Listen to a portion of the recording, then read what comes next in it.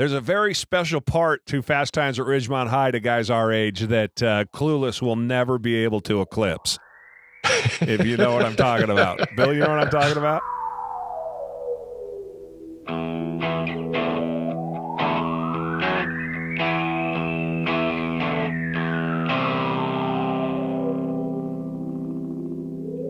Welcome, everybody. Jerry Brazy Podcast. We are, man, this is going to be a fun hour.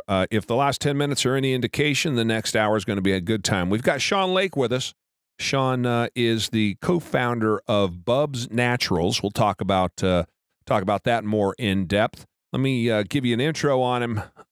He starts off here. He did research as a best-in-class certified B corporations like Patagonia and other charitable-minded companies like Tom's, and figured we could blow their model out of the water. That's going to be an interesting conversation, too, because I got thoughts. I have thoughts on that one. But Sean Lake, founder of Bubs Naturals, former pro snowboarder, director of sports marketing at DC Shoes. The story of Bubs itself is rad.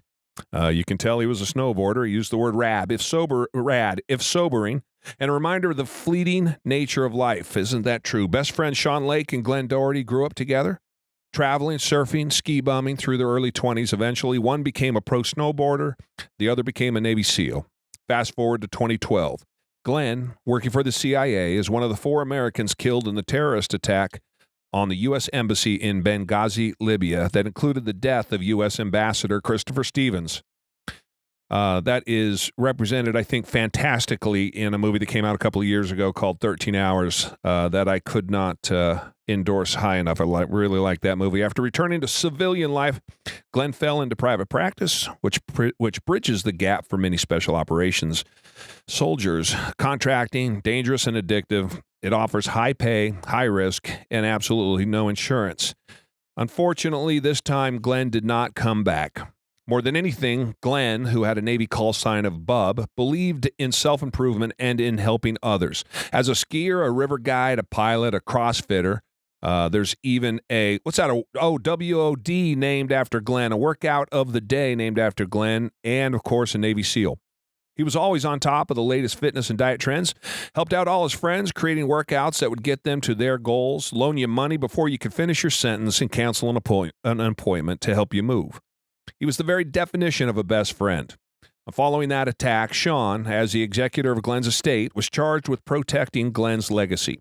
Together with Glen's family, they decided to use the enormous publicity surrounding the tragedy for good, and they started the Glen Doherty Memorial Foundation to help special operations soldiers make the transition to civilian life and prevent what happened to Glen from happening to others.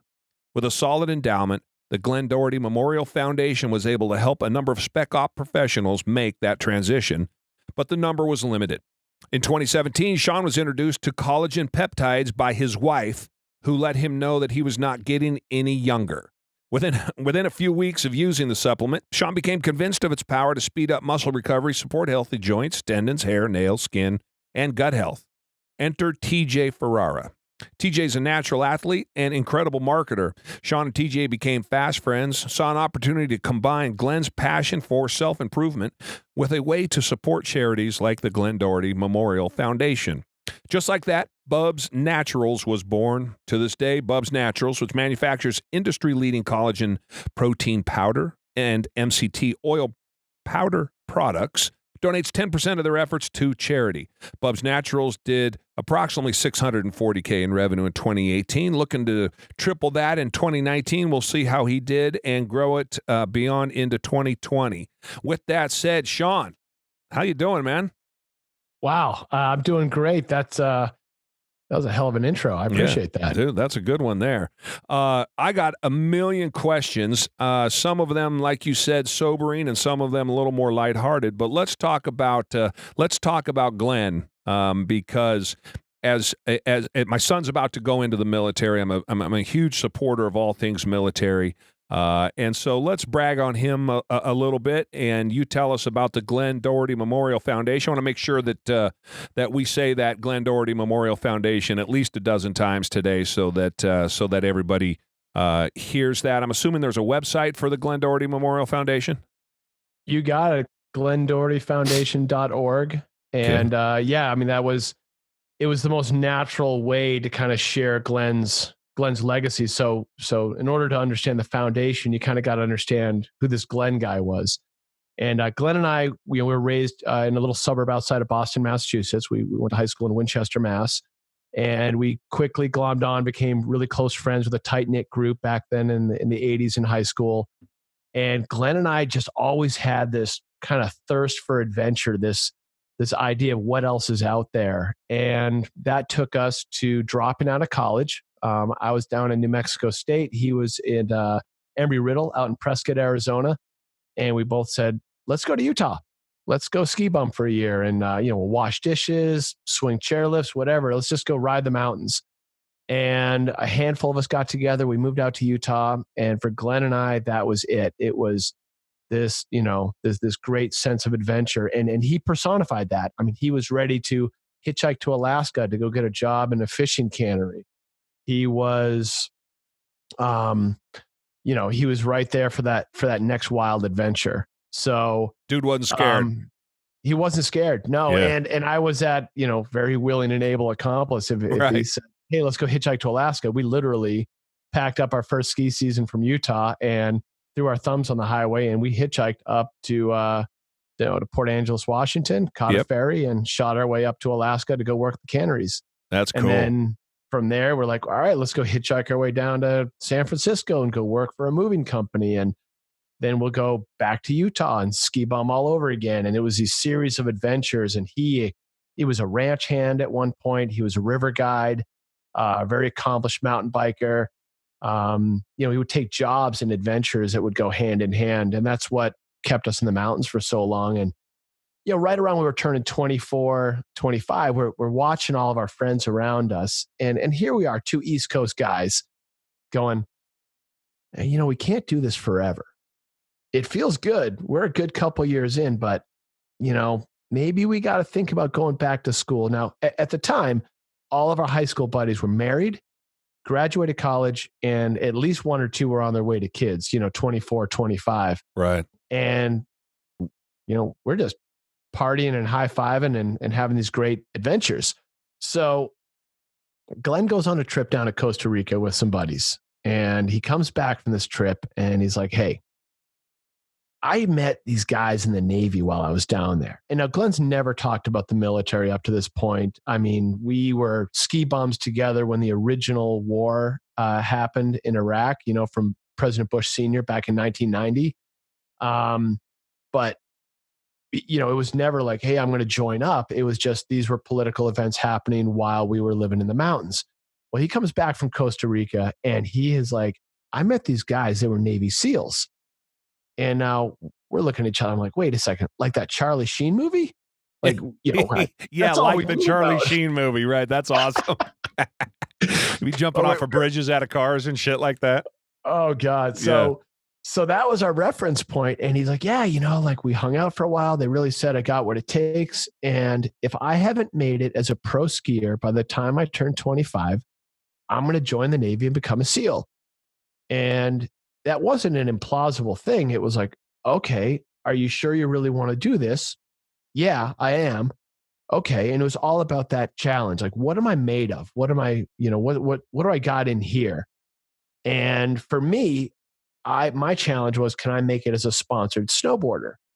And I got lucky. I got that free ride. I got the free product and, I got to live that dream of the sponsored athlete. Glen was a skier, and in the 90s, being a skier just wasn't as popular as snowboarding. He was incredibly talented, but he just didn't get that free ride. So he turns 25, and he's like, hey, you want to drive me down to the recruiter? I'm going to join up. And I was like, you're serious? Yeah. And 25 for that is not young, right? They like to get you at 20, 21 years old. Oh yeah, they like you fresh out of high school to your early 20s. So to be 25, you're a bit of an elder statesman in that team, especially back then. I think they might skew up a little bit older now, but different world now than it was then. Yeah. Yeah, then in the mid 90s. Yeah, for sure. So off he goes, signs his paperwork, flies back home, says goodbye to his parents.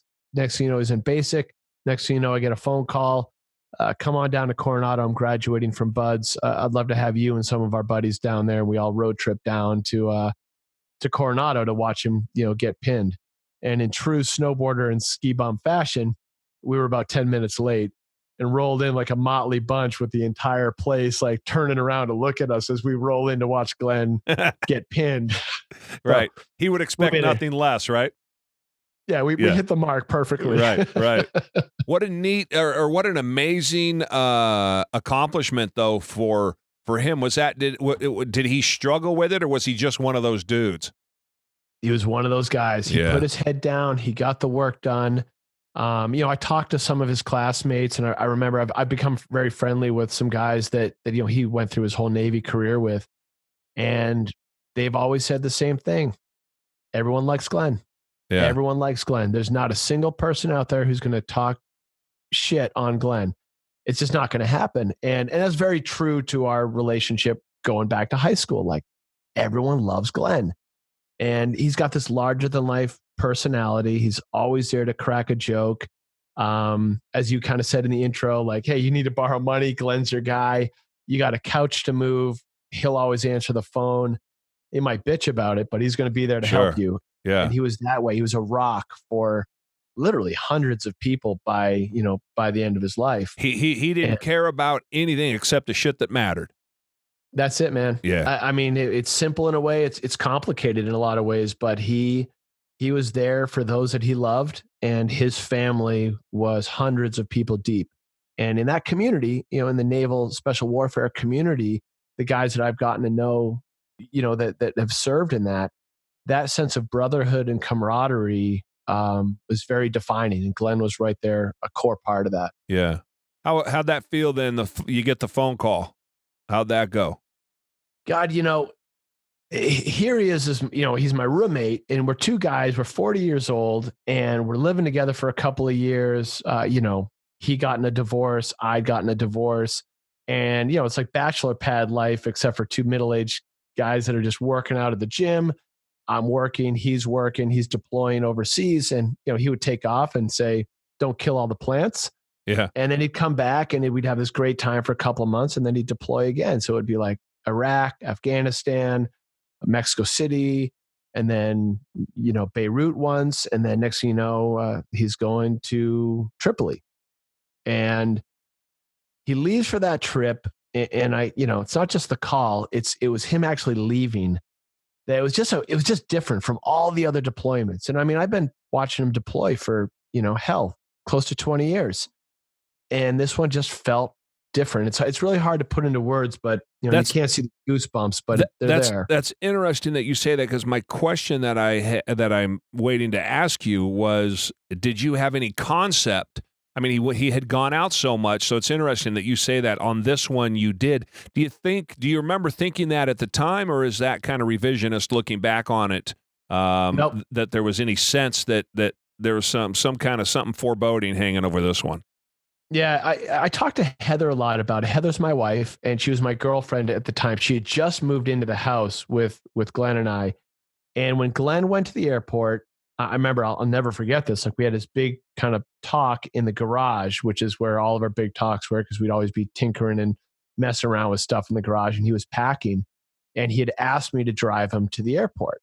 And I'm like, yes, I'm there for you. I got you. I'll drive you to the airport. I'd never driven him to the airport on any of his deployments ever. He'd had, a girlfriend or various lady folk that would take him, or he would, grab a car. And last minute, his ex-girlfriend had decided that, he had worked on it with her to take her. And I'm looking at him and I'm talking with him. I'm like, are you sure?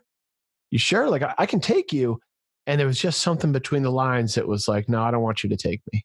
Like, I don't want this. And it really struck me. It stood out to me that he just wasn't his normal self. He wasn't that upbeat person saying, don't kill my plants. It was a very different tone. And, when I do look back on it, I do think, yeah, he knew something was different. He knew.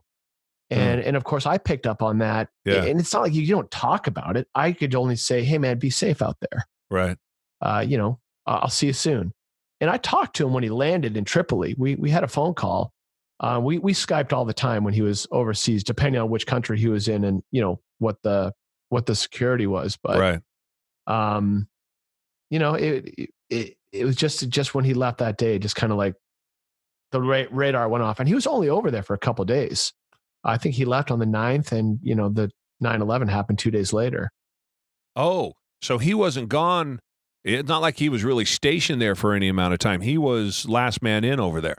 He was last man in. He had just been, I think he'd been boots on the ground for maybe 48 hours before the attacks happened on 9/11. Wow. So you get the call how soon? How fast does all this information come out? So on 9/11, right before bed. I'm sorry. Let me back up 1 second if I can. I'm sorry to interrupt you. Did you talk to him again between when he landed and 9/11? Yeah, so I talked to him after he landed. So he left the house, he flies to DC, he goes into the CIA, he does his briefing or whatever they do there, and then he flies over to Tripoli from there. So the whole process takes 24 plus hours to actually get landed in to get on the ground in Tripoli.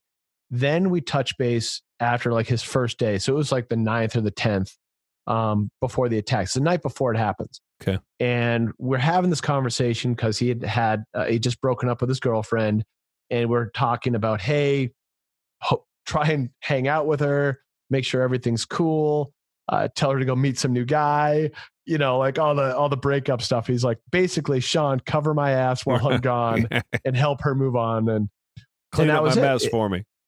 Clean up my mess, exactly. Yeah, right.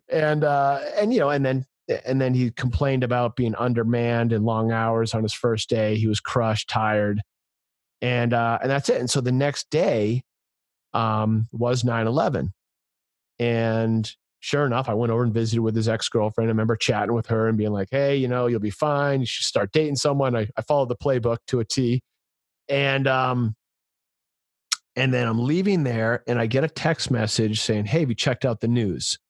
And the first report had kind of hit somewhere that something was happening in Benghazi. And I remember going to bed thinking, oh, no big deal. Glen's in Tripoli. He's like way far away from Benghazi.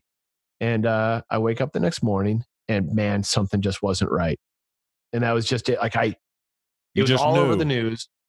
And it was like, that's when all that like mysterious, I'm going to call it mysterious. I would say it was total State Department horseshit, where they were talking about a film revolt out of Egypt that was passing around to different regions, and there was a bunch of smoke. Dude, I think that guy went to. There was that guy out of California they blamed it on that made some video out of on Muhammad, I think, and I think that dude went to prison. I think I could be wrong, but I mean I think they prosecuted him or they tried to, and they put him in jail, and that was what they blamed all that stuff on. Was some guy in fucking Sacramento made a tape bitching about Muhammad. Yeah, it was like a bunch of people. Yeah, and everyone reacting to it, and that this was a spontaneous revolt, which of course it wasn't.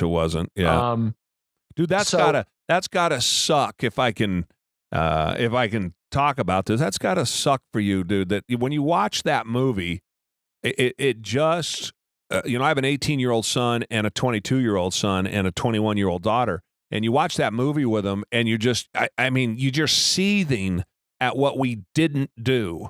And at the risk of getting too personal, that just seems that's just makes it that much more difficult when you have to, we all see it on there and we know that they're lying, but there's no connection really for us. For you, you're sitting there watching it and going, somebody made a fucking 5-minute YouTube video and this happens. That's it was a pretty wild set of events. I mean, the thing that happens is I go about my morning very aware of this news cycle, and I don't know, 9-10 in the morning, I get a phone call, and it's from an 858 number, which is a local area code around me. And I would never normally answer if I didn't have the caller ID. Like, if I don't know who it is, I'm just not going to answer. Some little voice in my head said, answer that call. So I did. And it was, hey, is this Sean Lake? Yes, it is. I need you to come home immediately to 165 Rodney, my home address. And I was like, okay. And they're like, this is important. You need to be here now. And so I drive home immediately. I was like 10, 15 minutes away. And just like in the movies, there's 2 black SUVs parked directly in front of my house. And about 4 or 5 people in black suits get out of the car and they greet me out in the street. And I walk them into the house. And you have no sense of what's going on here, or you have an idea? I knew exactly. As soon as that phone call happened, The second they called me, I knew. I knew that shit had gone down. And I just held it together. I listened to what they said, and they didn't say very much. But it was the start. That was the very start of my involvement. So the reason they showed up at my house was because Glenn didn't just have me as the executor of his estate. He also listed me as his next of kin. So his employers, the CIA, had to contact me first. And then the process started to contact Glenn's mother, sister, brother, like everyone else. It just sort of had started with me. And that was it. Then the rollout started happening where, the family flew to Dover for the receiving of the body. I met everyone up in Boston for the start of the funeral. And then, then the public perception started pouring in. Hillary Clinton's name started getting, catching a lot of fire. And everyone's starting to wonder, like, what the hell actually happened? Yeah. And the more that time went on, months afterwards, launches this congressional investigation. And I flew out for the congressional investigation. I sat down with Trey Gowdy, Congressman Elijah Cummings, and the whole committee, giving testimony on, Glenn and kind of where his, I guess, personal side came from. And then the congressional hearing ends, and I get a phone call from Trey Gowdy. Kate, Glenn's sister, and I got a conference call, and Trey Gowdy I have a ton of respect for him because he took the time to call us, and it was almost an hour-long phone call to share the report of the congressional hearing. And he's like, "Hey, man, I just want to tell you, what happened." And he's like, "I'm going to get in a lot of trouble for this from people in my party because we are not going to be recommending charges be filed against Hillary Clinton." And I kind of said, "Well, why?" And he said, "Well, she did a lot of things wrong, but she didn't do anything legally wrong. So as inappropriate as everyone can look at her actions, she operated within the letter of the law." And I just remember shaking my head, just being like, wow, all right, I get it. And then we have an old high school buddy who works for the State Department, and he would call me every once in a while and kind of say things like, "Check out Charlene Lamb, check out Patrick Kennedy, sorry. These guys that were senior State Department officials, and watch them gradually fall off." And it seems like the entire Benghazi incident boiled down to a whole bunch of cover your ass politics. And a whole bunch of people tried to cover their ass. And in that timeline of events, 4 Americans lost their lives. Yeah, and for somebody like you that had intimate knowledge and connection, a significant connection with one of the guys. I was just talking today. I follow on Twitter. I follow the Auschwitz Museum, and we're not going to compare one to the other. But as an example, the Auschwitz Museum, and it's hard to look at because every day, to their credit, on a victim's birthday, they'll say, the one today was brutal, man. A 7-year-old girl, and there's a picture of her in a little dress and a bow in her hair, and she's smiling. Oof. And she's dead 4 days later in a gas chamber where she was murdered. No idea that that's going to happen. A contractor from Poland. Today's his birthday. My birthday was January 6th. I just turned 51. The person that died was a caregiver to his mother. Again, and they roll and they have pictures of them either in their pajamas, in the prison pajamas, or whatever picture they can find of them. And the Germans at Auschwitz took a picture of everybody. So at a minimum, you have their picture, hours, if not days, before they die. And I was showing that to a friend of mine today, and she just lost it. And I was like, she says, "I don't want to see it." And I said, that's the problem. At least for me, is it's easy to talk about these things. There was a Holocaust. 4 people died in Benghazi. It was a bunch of cover your ass politics. And we all know how politicians are. And I'm like, no, motherfuckers, 4 people died. Right? Yeah. 1 out of every 3 Jew is not here today. And I feel it necessary to to look at their pictures, to understand that it's a little girl jumping through a hoop with a bow in her goddamn hair, and she was fucking murdered when she was 7 years old. And I want to take 2 seconds out of my day to at least give that a little bit of time, because we've become so polarized. And I know that's not the reason why we're talking to you today, but this shit pisses. But you're touching on something that's super important there. It's like, I got a buddy of mine. He's also just turned 51, and we went to a Tool concert a couple nights ago. And we're talking on the way down there, and I'm like, "Hey man, like, how you doing? And what's going on?" He's like, "My whole life has just really changed in the last 2 years." And he lost 2 close friends, one from a brain cancer and the other from a different type of cancer. And these were both guys in their 40s. Mm-hmm. And he said, it shows me that life is short, and you got to just really, you got to act on life to make you happy and pursue happiness and whatever that is. And for him, it was, I want a simpler life. Like, he was like, I want to unplug. I'm going to just embrace my family. And he said he completely lacked that perspective until he was faced with death. He was faced with something personal. So to your point, I think by acknowledging these horrific acts and by acknowledging the fragile state of life, you can actually spark yourself into living a better life. And, like, I had a choice. Like, Glenn dying, I could have rolled over and just started crying. And, I didn't feel that. I felt, I got to get up and do something. I got to do something about this. Yeah. And I think grief is different for everyone, and not just grief, but the idea of death and dying. And it's how do you interpret that, and then, process it here and up here, and then act on it and make that part of your commitment to living your best life, whatever that is. Yeah. And I think that's well said. The grief is the short term. The perspective is the long term.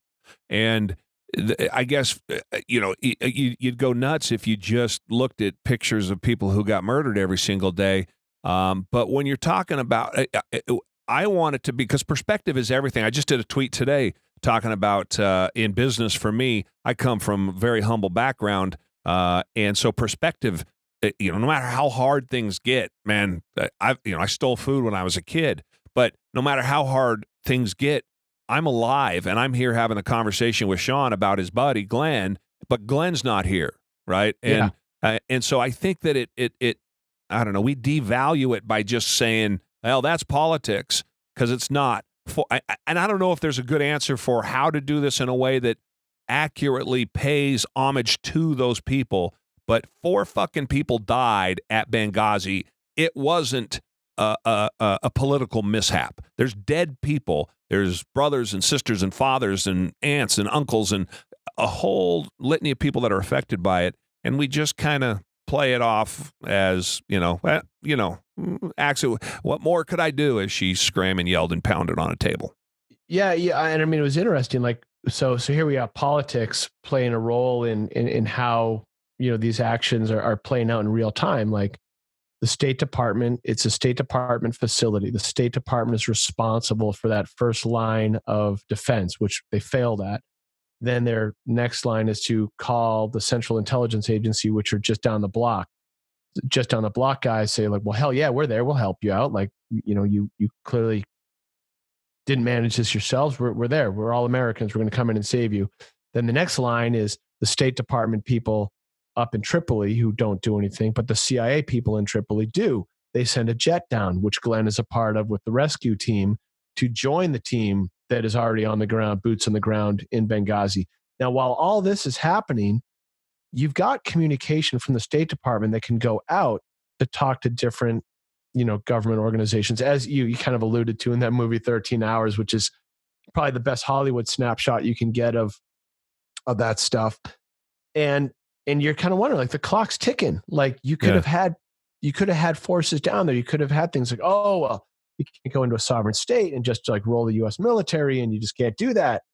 And of course, anyone who watched the actions that have happened in Iraq in the last week with Iran, you can. Actually, you can save American lives when there's imminent danger. Like, so to that point, I was going to ask you, and I think, again, we're not, the podcast isn't political. So regardless of what side of the aisle you're on, and again, I think sides of the aisle has fucked the whole process up in and of its own, but just Americans today, the difference, you have inside baseball on this.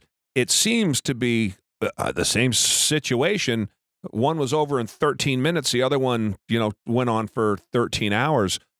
Is it really just that show of force, you think, in Iraq that pushed that back, and people just didn't want to? If they knew they were going to get away with it, they did. But since they saw that they couldn't, they backed it up. They backed it off. I think we'll never know exactly the logic for going in and making the strike that we made. We know the impact that it made because that reverberated all around the world. And I got to think that we're not making strategic decisions like that in a bubble. Like, that is being made with the best minds that know exactly what's going on and what those threats are. And I don't think it'll ever trickle down to our level beyond what you can pick up in the media. And I want to believe that. Right. So just like I want to believe back in Benghazi that everyone was doing the absolute best and most that they could do to save those lives in real time. Mm-hmm. Except all the evidence that's out there doesn't support that notion. So, you're right. It doesn't matter if you're on the left side or the right side. And I don't identify far left or far right. I'm my own independent thinker. I like to think. But if there's an American life at stake, if there's a life at stake, I want to reach out and help that person. Right. And I would hope that is kind of the leading thought and the leading gesture before, well, hold on, what are the optics on this? And I don't want my budget to get cut, or I don't want to appear bad in national headlines. And that's the optics that it looks that were used by folks in the State Department. Yeah, and that's I don't want budgets to get cut, but my pal Glen's dead. Can we talk about that? The ramifications. So Glen's a good dude by you've done a nice job of telling us about him, and it's easy to get to know somebody that was easy to know. So he's gone. You deal with the family. You have the funeral, the congressional hearings. Man, what a whirlwind for you. Now you're on the other side of it, and you're trying to figure out again, either roll over and put your thumb in your mouth, or stand up and put one foot in front of the other, which I'm sure is what Glen had been hitting you upside your head if you were laying there with the thumb in your mouth, I'm sure. He'd been known to do that time and again. Yeah. So yeah, every once in a while that would come out. And when he passed, there was this energy amongst Glen's closest friends and family, and a lot of us that grew up around Winchester, Massachusetts.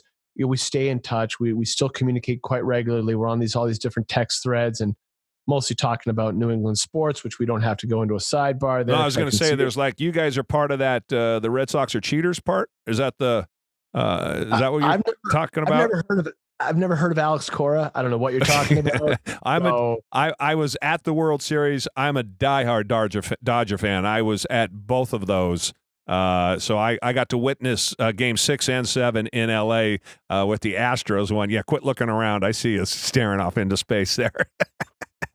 So, I tell you what, Alex, look at Roberts. I got a lot of love for parts of that. You got some management there that helped us win back in 2004. So I got a little love for LA. Yeah. All right. I'll take it. And a lot of base hits that you got because you knew it was coming. Is that what you?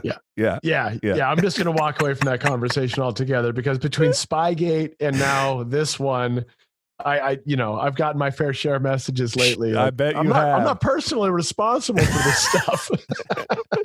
But no, so there's this energy amongst this group of friends and family, and Glen's sister, Kate, says, God, we got to do something here. We got to do something. And this is days afterwards, after the terrorist attacks, where we're all gathered up in her basement in Marblehead, Massachusetts.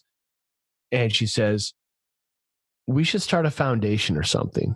Now, none of us knew anything about foundations, but that seemed like the best way to extend Glen's legacy was like, well, yeah.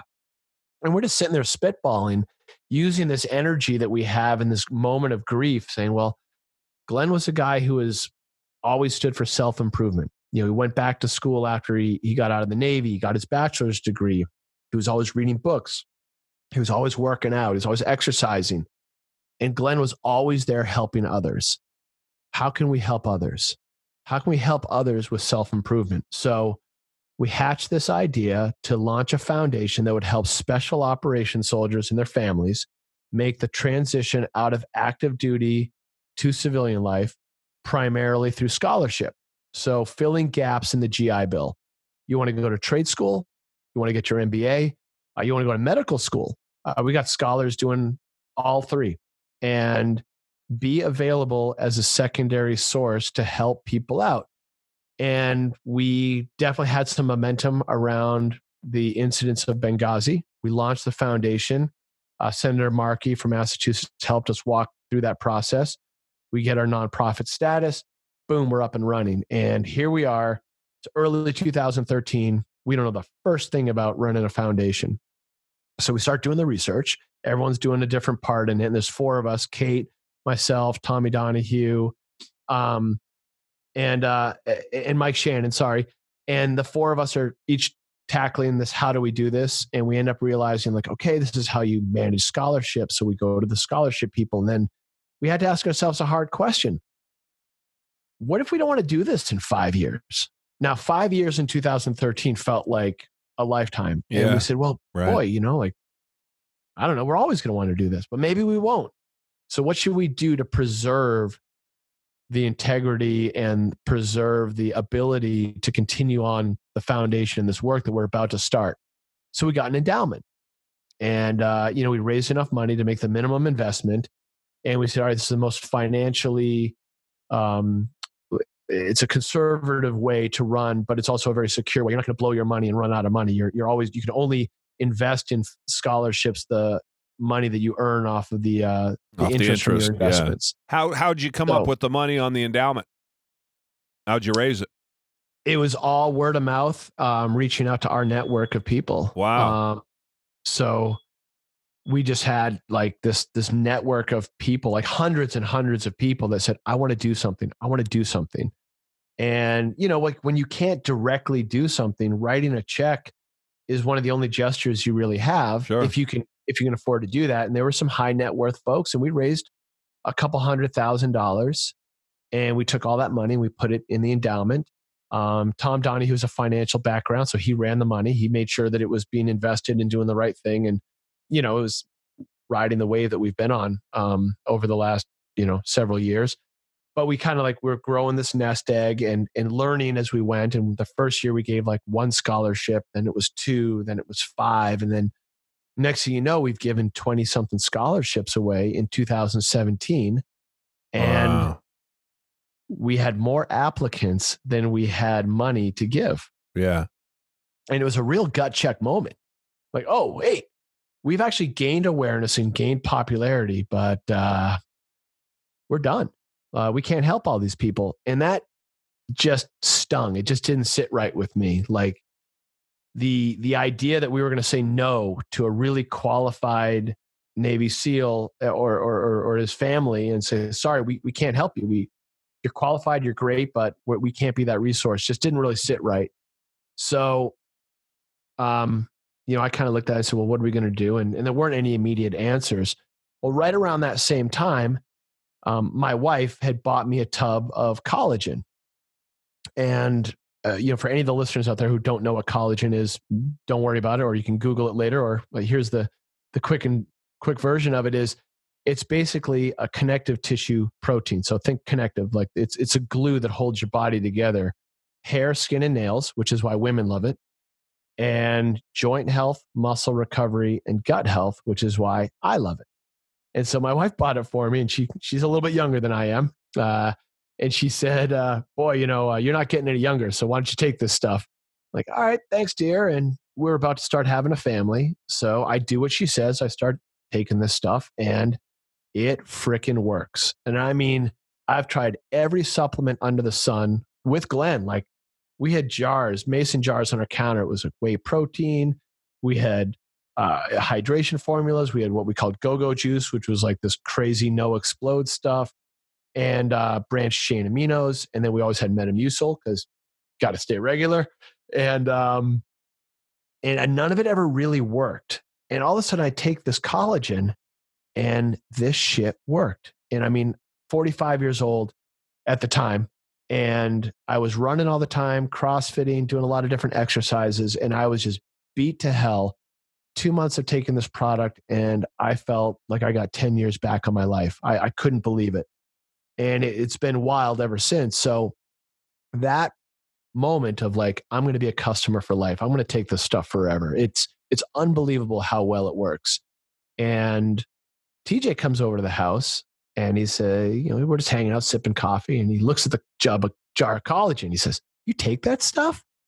And I'm like, "Oh yeah." And just like I told you, Jerry, I'm like, this stuff works so good. I'm bouncing back at the gym. I'm running my miles. I feel great.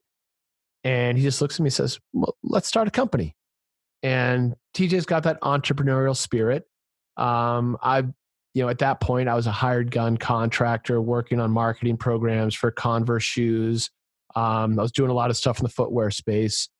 And I was in kind of a transition phase where I had the time and energy to think about that. So I sat there with him sipping coffee and I'm like, sure. Well, what does it look like? And we both looked at each other, and at the exact same time, again, it's one of those things you'll never forget. We say, we got to do something cool for charity. And I just started laughing. And I'm like, oh man, well, I know the charity. It's got to be Glen's charity. Right. And Glen's call sign in the Navy was Bub. So in a 10-minute spitball session, we had the name of the company, we had our mission, what we wanted to do. And we said, well, what does do something cool for charity look like? And we said, well, what does everyone else do? 1% of net profits, 2% of net profits. Well, that's cool. Let's do 10% of everything we do. Just right off the top, 10%. It seemed like the most audacious thing to go for. And we're like, hell yeah. Yeah, which and you're probably going to, I'm assuming what the story that's coming, because that is no way to start a business. It is no way to start a business. Yeah. That's you got to go make the money first, then give it away. You don't give it away before you make it. We torched ourselves. Yeah. It was I bet you did. It was hearts over minds. Yep. And that's over minds. On that specific point, I think it's worth talking about. I got in a bit of a Twitter thing today. I hate online scammers. So I hate guys that are going to sell you a $50 program to learn to get rich, but the way they make money is selling you $50 programs.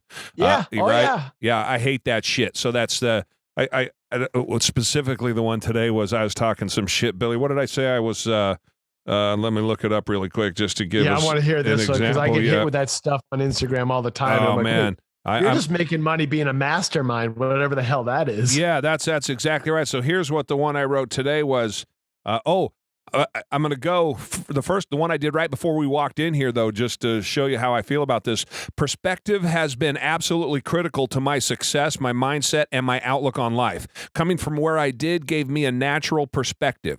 Having traveled the world and seen other cultures, I don't know how any of us can complain. Keep your head up and stay positive. Literally, dude, that's the before knowing what we were going to talk about. That's what I put on Twitter before I walked in here today.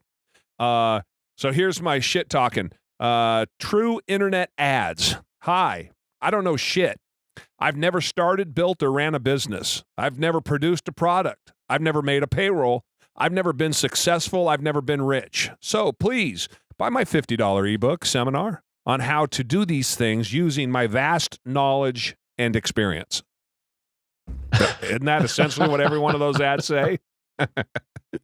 So I'm going to show you the magic pill, man. I'm going to show you the magic pill. I'm going to show you how to do it. Now, I told you that, and I forget the point we were making there. Oh, starting a business. So along those lines, the thing that I really talk about, there's a watch guy that again, drop shipping and all this other kind of bullshit work that's on the internet, and he does watches, and so out comes the ad from him saying that 10% of every watch I do or I make will go towards helping the children in the rainforest or whatever it is.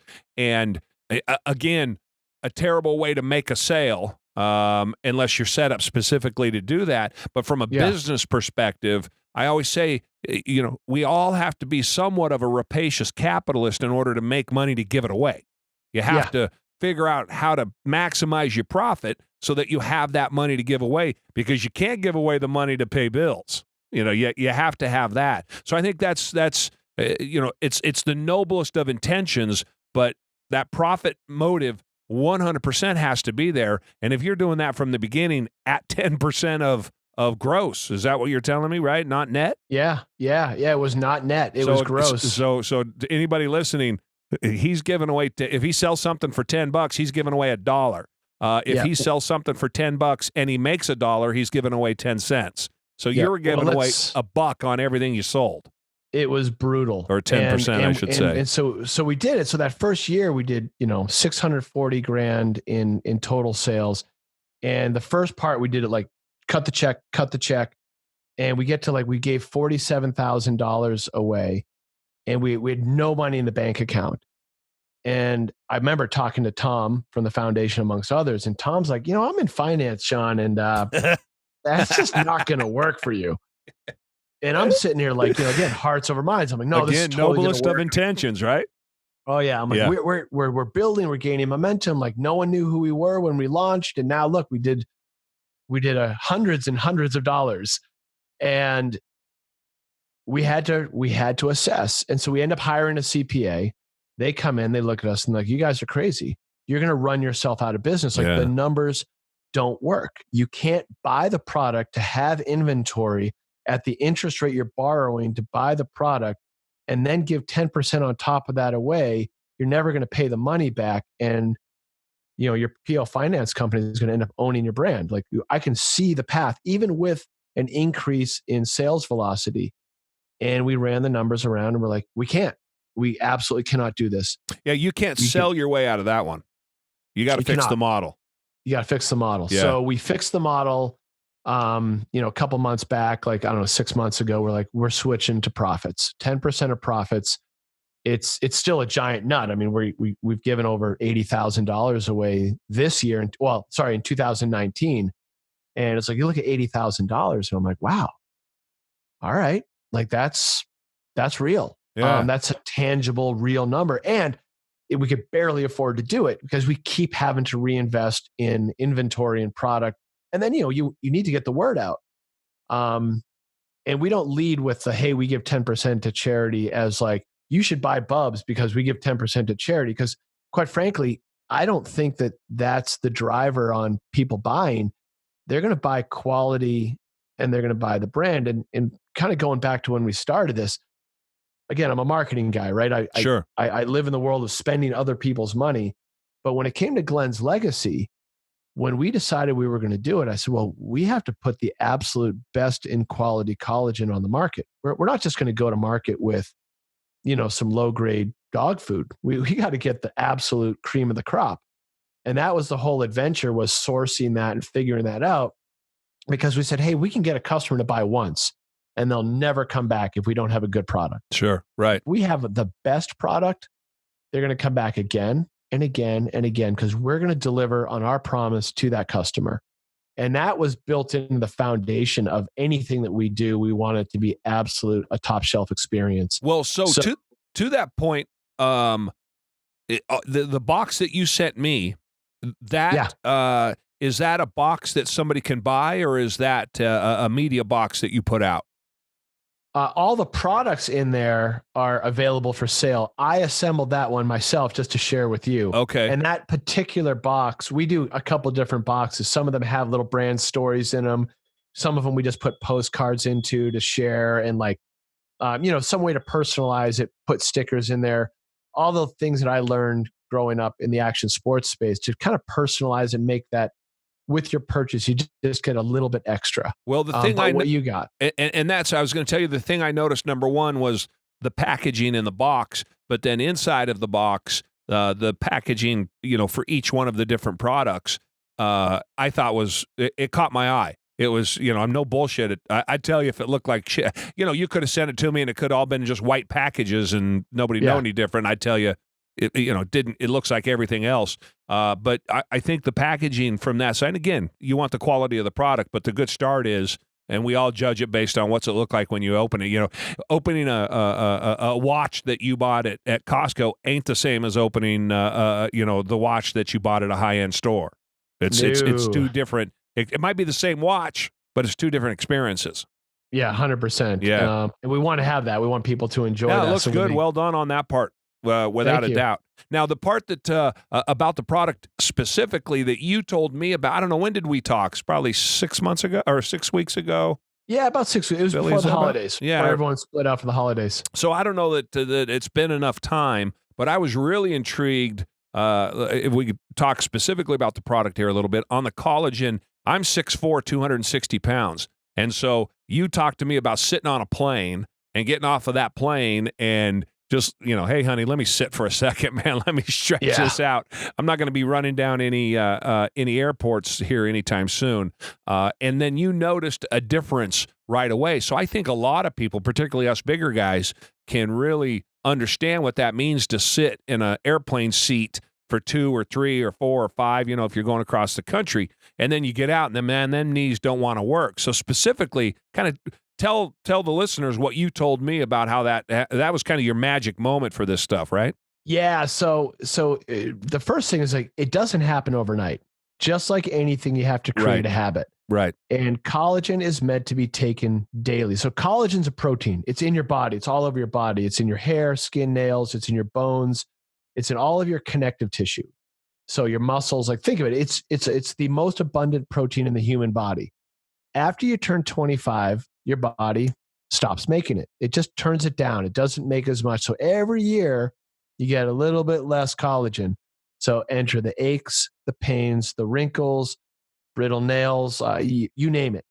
And it just kind of keeps going downhill worse and worse.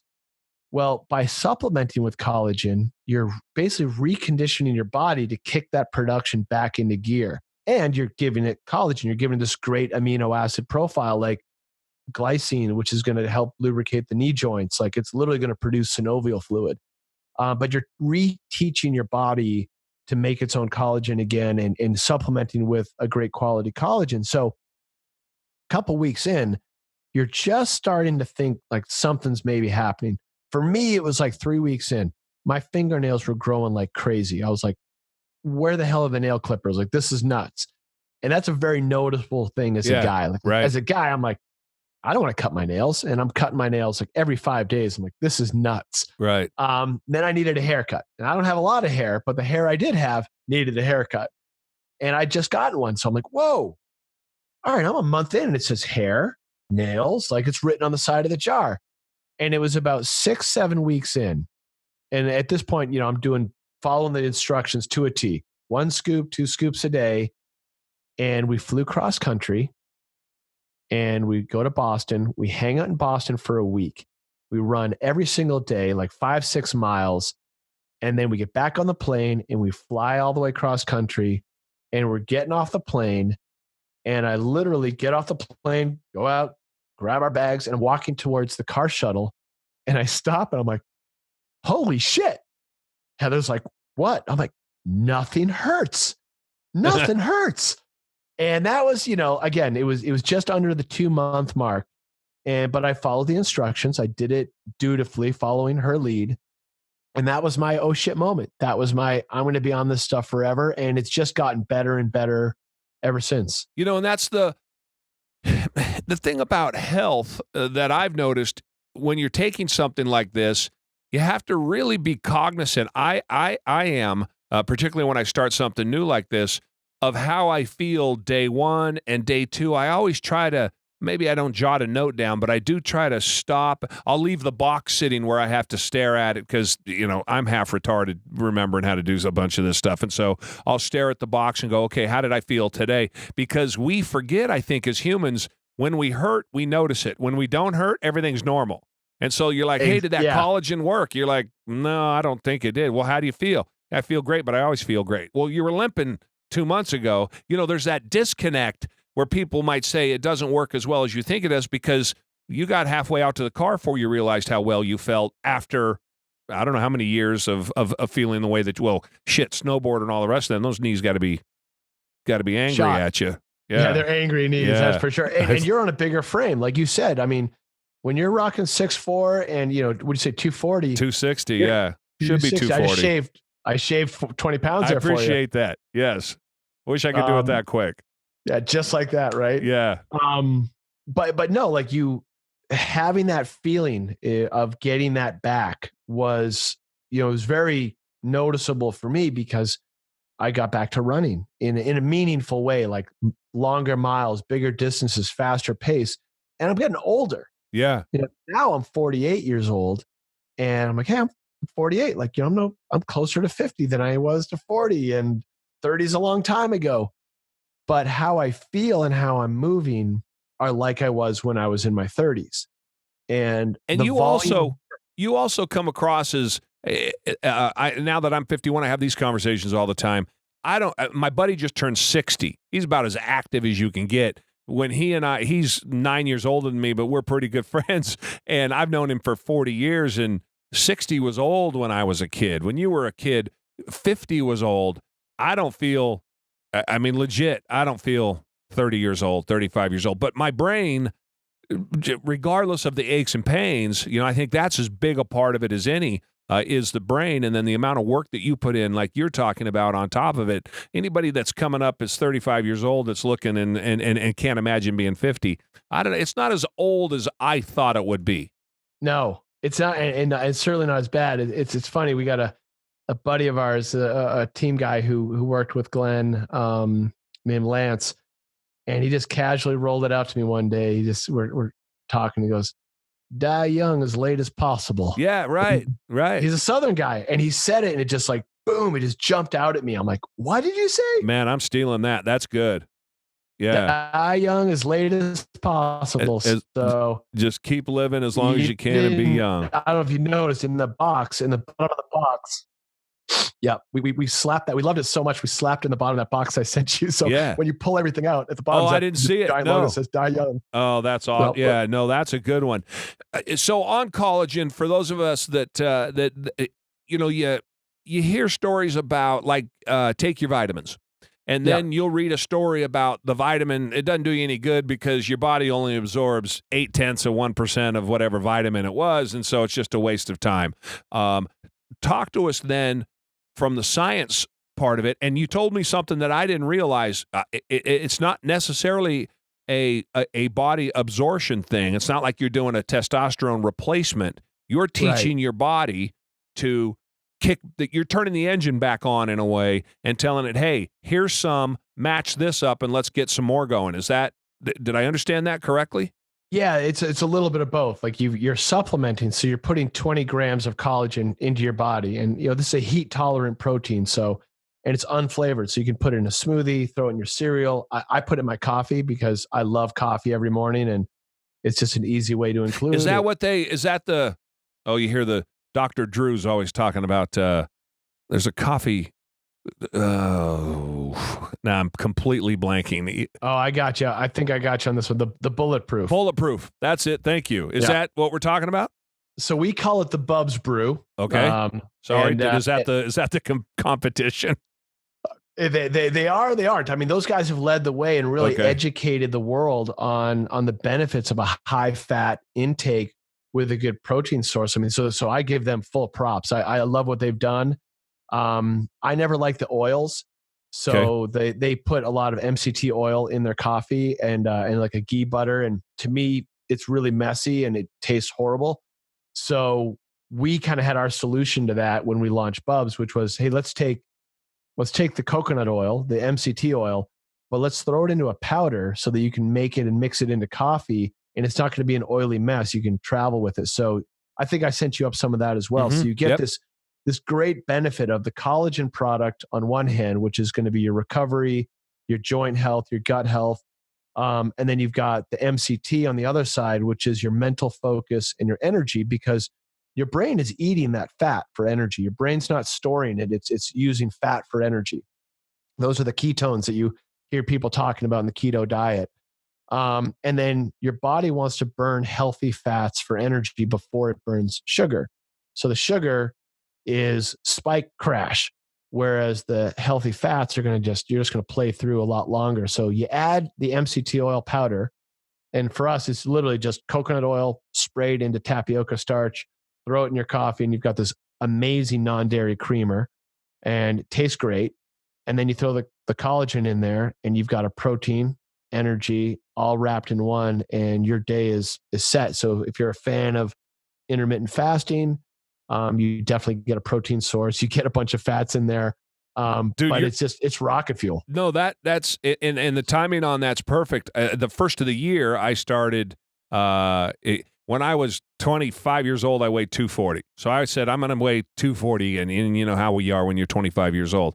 And so I went on. I did carnivore a couple of years ago. I loved it. It was so because again, I'm an idiot. So if it's not simple, I'm going to fuck it up. And so I did carnivore, and this time around. I was following some of what Stan Efferding teaches, where you throw in a piece of fruit, maybe some rice, but I'm only eating between a 6-hour window in the evening, getting my 2,200, 2,400 calories a day, somewhere in there. And then a lot of supplementing because I'm doing about 300 grams of protein to maybe 100 grams of fat and next to no carbs, and of course, no sugar at all. And so that's today's the 15th. I feel 1,000 times better. Now I haven't lost, the amount of weight I want to lose, which slows you down. But in terms of how I feel going to the gym, what I get out of my workouts, all of that. So I'm taking what you sent me, piling it up on top. So I'm expecting big things, man. You better, next time I talk to you, I better just be singing your praises. Oh, I like it. I'll take that Pepsi challenge. Yeah. Give me enough time.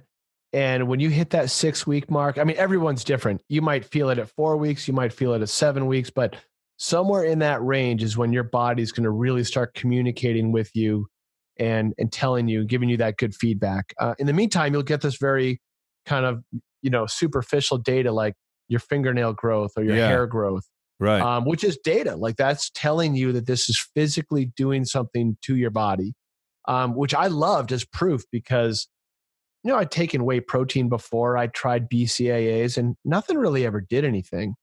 Nothing noticeable. And this was like, boy, I can see my fingernails growing. Something is physically happening inside my body. And then the more I stuck with it, the more that proof just kept coming. And probably the last benefit, which is worth noting, and obviously we're all learning a lot more about this in the last several years, is gut health.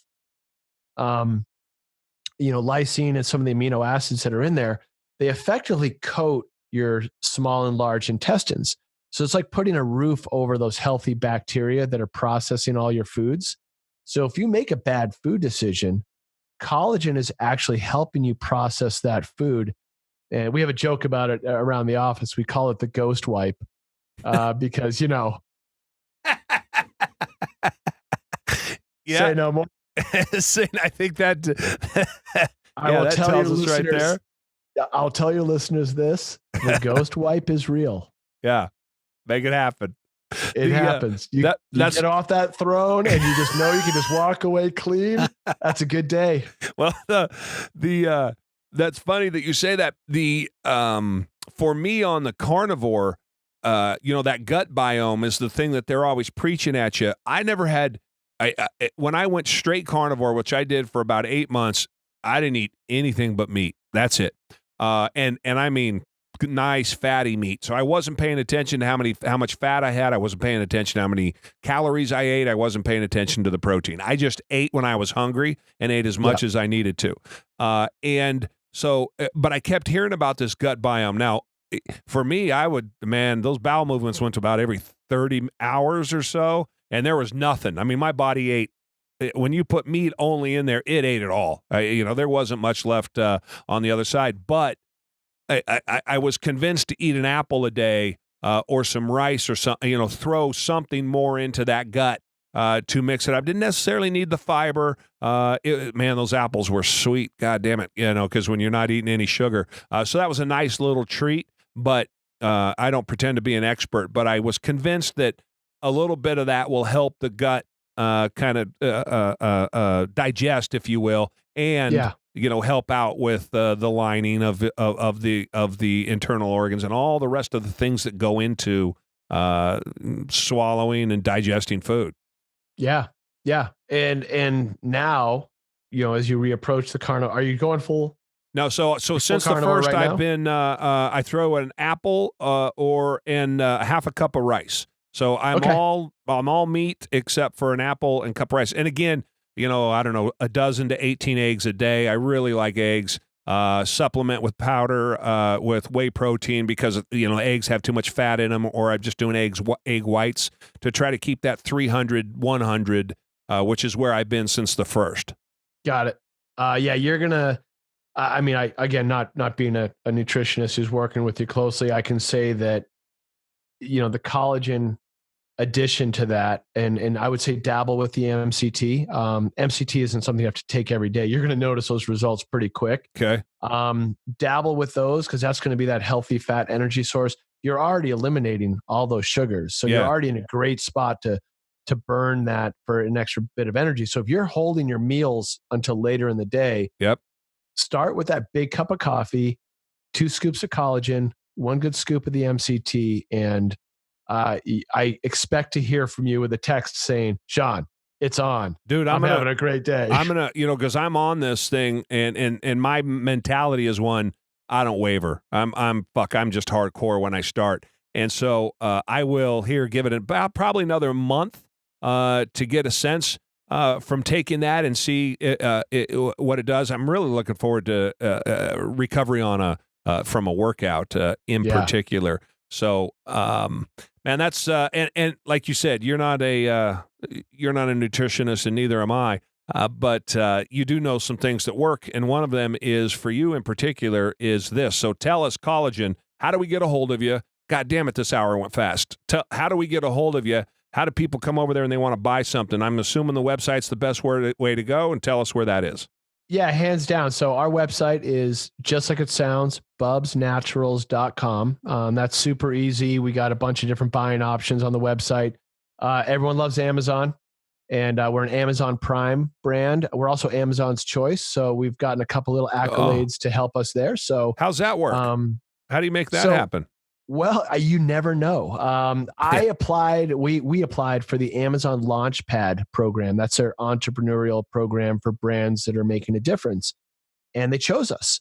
Oh, nice! And they never said that Amazon's choice was a part of that, but somewhere along the line, one day the badge just showed up for both the collagen and the MCT product, and we're like, "Wow, this is really cool." Yeah, you didn't turn that down. Oh no, I didn't call anyone and say, "Hey guys, we don't like that." Yeah. So yeah, Prime there on Amazon, super easy. Our website, you can learn more about the product and those amino acids we were talking about, and just a little bit of a deeper dive, some FAQs on when do you take it, why, how. We keep a bunch of testimonials up there from folks that have already tried and true. And I think probably the last thing to even be worth mentioning is the NSF certification. Like, don't take my word for it that we've got a great product, or just because Glen's name is the inspiration behind this. We went out and got NSF for Sport certification so that we could have a third party independent test and validate the claims that we're making about Bubs, which is awesome because now I get to work with the Red Sox. Yeah, the who? Never heard of them. No, we get to work with a bunch of teams in Major League Baseball, which is awesome. Like I get to kind of living the dream a little bit right there, right? So one of our favorite teams to work with is the Washington Nationals. Their strength and conditioning coach is this guy named Matt, and he's just a cool guy. And we'll call and talk about coffee recipes and putting this in the strength and conditioning room and making it available for all the players. And I'm like, Bubs is going to be like in the locker room with all these guys. So it's cool. It's fun. That is way, way cool. I'm pretty open about what I'm doing food wise and what I eat and what my weight is. I'm trying to, be honest about it so that the public holds me accountable to help me out there. So I will report. Billy, you remind me every week or so how I'm feeling on your product here as the podcasts go by. And like I said, it's only been 15 days or so, I'm not far enough in it to to call it one way or the other, but I'm looking forward to it. And I know you're not the only one out there espousing the value of all of this stuff. And once you start getting to Major League Baseball and pro teams, and you get those guys to sign on, you're on to something. Yeah, it's been pretty cool. We got like an Instagram post from Cole Hamels, pitcher for the Cubs. Sure. And I'm just like, whoa, that's badass, man. So, I am happy. Yeah. I'm happy for you and your success. And one other question: I believe you're a fairly new dad, right? I am. I've got a 1-year-old and a 3-year-old, soon to be 2 and 4. I've got a boy and a girl at home. So yeah, I've got as soon as we brag on him here, a little bit. What's it like to be a dad at 46? I'm trying to do the math real quick. Yeah, the ripe old age. So yeah, I became a dad at 45, and or 44, turning 45, and my son is about to turn 4 years old. His name is Sebastian. My daughter Lucy turns 2 in February. Yeah. It's sort of like life's way of having fun with me. My kids are having their birthdays right in the middle of snowboard season. So planning birthday parties. That's because you were busy during snowboard season. You had other shit to do in the off season. Right? I did. Yes. I did. So here you go. Here's the payback. Right. It's amazing. I can't really, it's hard to even put it into words, the joy you get out of the simplest little things. My wife's a newscaster, so she leaves at 3 a.m. every morning to go to work and share the news. So when she leaves, I get the kids, and the kids are up at 6, just ready to attack. Yeah. And it's the coolest thing because we get these couple of hours together first thing in the morning where it's, you're just interacting with them and you're watching them learn and language and these little skills and coordination. And man, you just, the simplest thing is just put a big old smile on your face. Dude, you sound like a man in full.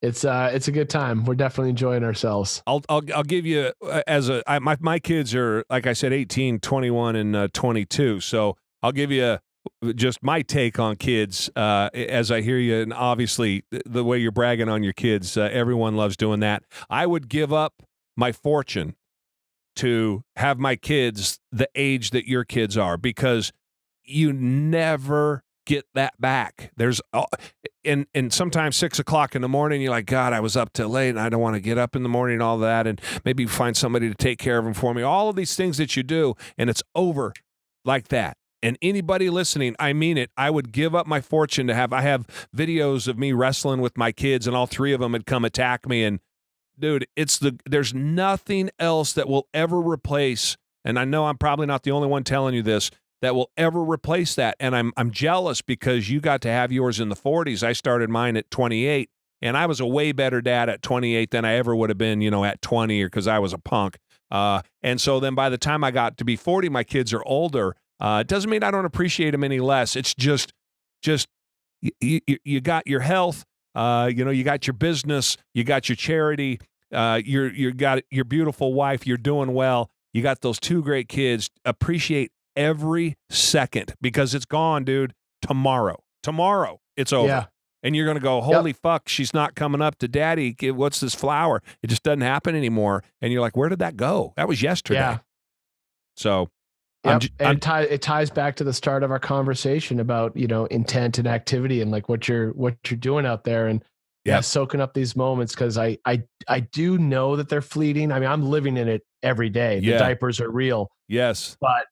But I do hear you loud and clear, and that is something to soak up for me, because like it's magic what we're in, and I'm the late guy to the party. Like everyone else has already had their kids. Yeah, so. Yeah. Just for me, that was those things that seem onerous are so trivial.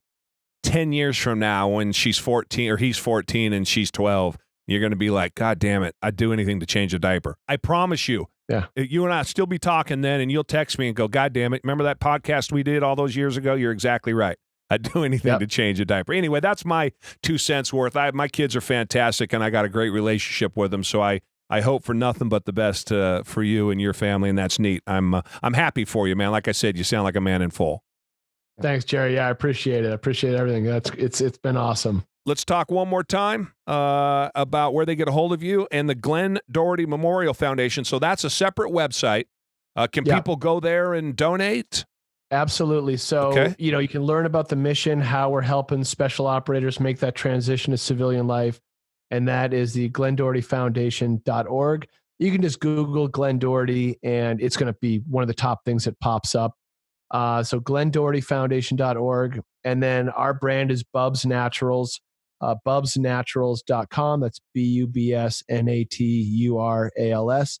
And, or just punch us in on Amazon and, learn about us. As we always try and, share, communicate, reach out. Chances are I'm going to respond to your email or, Okay. I'm a phone call away. So any questions out there from anyone, I'd be happy to chat with them and kind of share what we've gone through. And Glen Doherty Memorial Foundation, all that money is still, well, the interest and the endowment and all that, you're still helping to fund gaps or bridges in college payments that over and above the GI fund, what do they call it, the GI Bill? Yeah. So the GI Bill might give you, say, $50,000 to go towards an $80,000 education. Well, a lot of guys getting out of the military might look at that $30,000 gap and say, well, I'm done. Well, there are resources to help them bridge that gap. Glen Doherty Memorial Foundation is one of them. So you can come in for, multi-year $5,000, plus grant to go towards your education. So every year you're in school, you get that money over and over again. And then you patchwork together several foundations to help. So like the Navy SEAL Foundation, the Navy SEAL Fund. There's a handful of them out there that are, from all branches of the military that will help guys patchwork together to bridge the gap and close it for that continuing education, because no one wants to see someone get out of the military and not be able to pursue their dreams and not be able to go and make that successful transition. I mean, there's so many examples of things gone wrong. And this is an opportunity to help these guys out, like help them continue the fight. The fight to make the transition to civilian life is real.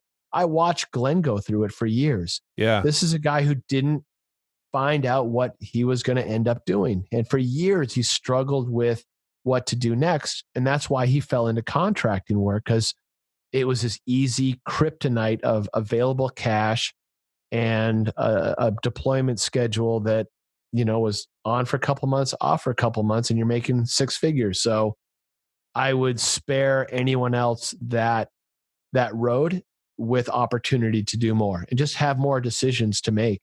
Good for you. Good for you. Well, that is the Glen Doherty Memorial Foundation. People, go and check it out. Give if you can. Check him out over at bubs.com. Sean is obviously a good man, and I think you are stewarding the memory of your friend better than what he could have expected. So good on you for that. I respect you for that. Well done. Thank you, Jerry. I appreciate it. Thanks for having me on today. It's been fantastic. I can't believe it's been an hour plus, dude. This went quick. Everybody, you know us. That wraps it up. Thanks for tuning in. Check us out, though. YouTube, Instagram, Facebook, iTunes, Google, Reddit, Spotify. You know all the places. Jerry Brazee on all of them. Send us your questions to questions@JerryBrazee. And remember, people, opportunities are everywhere. You got to go get them, though. Thanks for listening. Peace.